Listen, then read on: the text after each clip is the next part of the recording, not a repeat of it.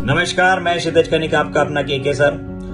NEET की परीक्षा की काउंसलिंग आज 6 जुलाई से शुरू होने वाली थी, जो कि शुरू नहीं हुई। तो क्या इसका मतलब हम ये निकाल लें कि रीनीट होने वाली है या रीइवैल्यूएशन वापस होने वाला है? इन बातों पे कूदने के पहले, इन इररेशनल डिस्कशंस में घुसने के पहले मैं चाहता हूं कि आप कुछ फैक्ट्स और फिगर्स देख लें और उसके बाद किसी भी ऐसे थॉट को खुद फिल्टर करें। मैं आपको ये बता दूं कि मास लेवल पे सिर्फ एक बार मेडिकल एग्जामिनेशन रिकंडक्ट करवाई गई है, जो कि 2015 में हुआ था।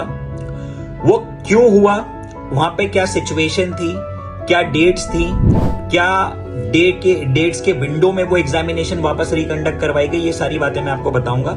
कुछ फैक्ट्स मैं आपके लिए लेके आया हूं, जो अभी मैं आपको दिखा तो नहीं सकता क्योंकि मैं मोबाइल में शूट कर रहा हूं। मैं आपको बताऊंगा, पॉइंट बाय पॉइंट सुनते चलें। अपनी हियरिंग बहुत स्ट्रांग रखना है इस पूरे वीडियो में। चलिए, सबसे पहले थोड़ा सा प्रीफेस इस एग्जामिनेशन के बारे में। जैसा कि हमको मालूम है कि 24 लाख बच्चों ने, ऑलमोस्ट 24 लाख बच्चों ने एग्जामिनेशन दी, जिसमें से 13 लाख बच्चे एलिजिबल थे काउंसलिंग के लिए। काउंसलिंग करवाई जानी थी मेडिकल काउंसिल कमेटी द्वारा, जो कि हमेशा करवाती है, और ये हेल्थ मिनिस्ट्री के अंडर में आती है। आज यानी 6 जुलाई को ऑल इंडिया कोटा, जो कि 15% कोटा होता है, उसकी काउंसलिंग शुरू होने वाली थी और जो कि शुरू नहीं हुई।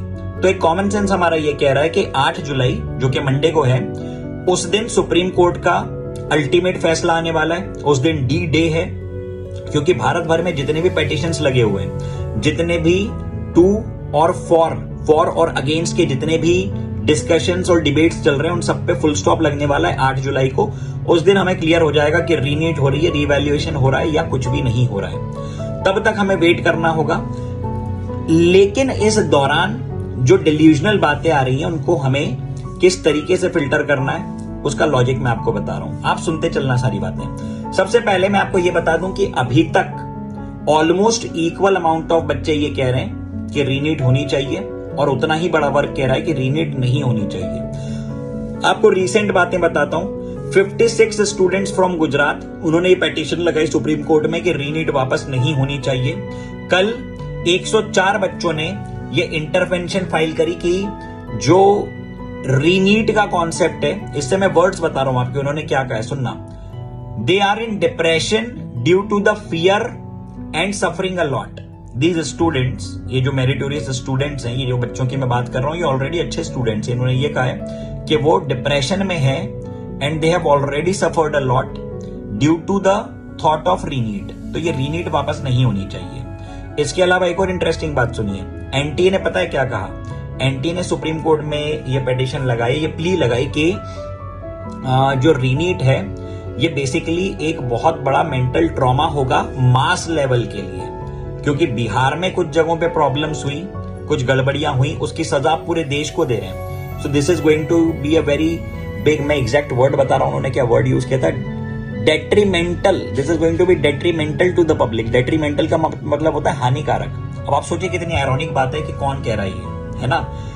तो ये एक और ऐसा पॉइंट है जो कि अगेंस्ट में है रीनीट के। एक और बात बताता हूं कि 1563 है ना, 1563 स्टूडेंट्स जो कि ग्रेस मार्क्स वाले थे, सुप्रीम कोर्ट ने ये ऑप्शन दिया कि देखो आप लोग है ना, या तो रीनीट दे दो, जो कि अभी हुई 23-24 तारीख को, 23 से 24 जून को जो हुई ना, तो या तो आप रीनीट दे दो और या तो आप अपने marks without grace marks accept कर लो। अब यदि सब फेयर होता, सब बढ़िया होता, तो ये लोग वापस दे देते और वापस 720 ले आते। लेकिन इनमें से 48% बच्चों ने रीनीट अपीयर नहीं करी, जिसका सीधा मतलब ये निकलता है कि एक बहुत बड़ा वर्ग ऐसा है जो कि वापस एग्जामिनेशन देने के मूड में ही नहीं है, उस थॉट प्रोसेस में ही नहीं है। कौन कौन चाह रहा है कि एग्जामिनेशन हो, वो हमें सब पता है कि पहले दिन से बहुत बड़ा वर्ग ऐसा है, बहुत सारे लोग प्रोटेस्ट कर रहे हैं, बहुत सारी पेटिशंस लगी हुई हैं डिस्ट्रिक्ट कोर्ट में, हाई कोर्ट में, सुप्रीम कोर्ट में, और सुप्रीम कोर्ट इन सबकी क्यूमुलेटिव हियरिंग करने वाला है कि अलग अलग जगहों के अलग अलग फैसले ना आके सुप्रीम कोर्ट ने बोला सब यहां लाओ, एक बार में सारा डिस्कशन हम लोग करेंगे, एक बार में सब पे एक आंसर मिलेगा। अब देखिए, मैं सिनेरियो कंपेयर करवाने वाला हूं 2015 और 2024 का। 2015 में एआईपीएमटी वापस हुई थी। एआईपीएमटी की एक्चुअल डेट उस समय पे थी 3 मई 3rd of May 2025। तो उस समय पे एग्जामिनेशन में कुछ फ्रॉड्स वगैरह हुए, कुछ पंगा हुआ, कुछ प्रॉब्लम्स हुई, जिसके चलते सुप्रीम कोर्ट में उस समय पे जजेस की कमेटी में थे mister honourable R.K. Agarwal and अमितवा रॉय, है ना, मेरे पास इंफॉर्मेशन पूरी लिखी हुई है सामने। उन्होंने 41 पेजेस का जजमेंट दिया और उन्होंने ये कहा कि अगर इस प्रकार की डिस्क्रिपेंसी हुई है तो इसको हम टॉलरेट नहीं कर सकते हैं इन दी मेडिकल एग्जामिनेशन, किसी में भी टॉलरेट नहीं कर सकते, लेकिन मेडिकल एक बहुत ही सेंसिटिव इशू होता है किसी भी नेशन के लिए, इसलिए उस पूरी एग्जामिनेशन को वापस कंडक्ट करवाया गया। अब एक बार आप डेट्स का फ्लो देखना, 3 मई को एग्जामिनेशन होती है और एग्जामिनेशन को लेके कुछ डिस्क्रिपेंसीज सामने आती है, पंगे सामने आते हैं। 15 जून को, यानी लगभग कितने दिन हो गए, 3 मई से 15 जून, मतलब 1.5 महीना हो चुका है ना, ये सारी कार्रवाई होते हुए। 15 जून को ये जजमेंट आता है कि 28 दिन के विंडो में, 28 दिन के भीतर सीबीएसई को ये नोटिस जाता है सुप्रीम कोर्ट का कि आप वापस एग्जामिनेशन कंडक्ट करवाओ। सीबीएसई रिक्वेस्ट करती है कि इतने कम ड्यूरेशन में हम नहीं करवा पाएंगे, आप थोड़े दिन और बढ़ा के दे दीजिए। तो ये डेट फिर फाइनली बढ़ जाती है ऑलमोस्ट 25 जुलाई, मतलब पहले ये था कि 12 जुलाई को एग्जामिनेशन होने वाली है, फिर 25 जुलाई को होती है। मतलब इसमें कुल मिला के 28 में कुछ 12-15 दिन और मिल गए, यानी जो 28 दिन में एग्जामिनेशन होने वाली थी वो लगभग 40-42 दिन में हुई, लेकिन हुई।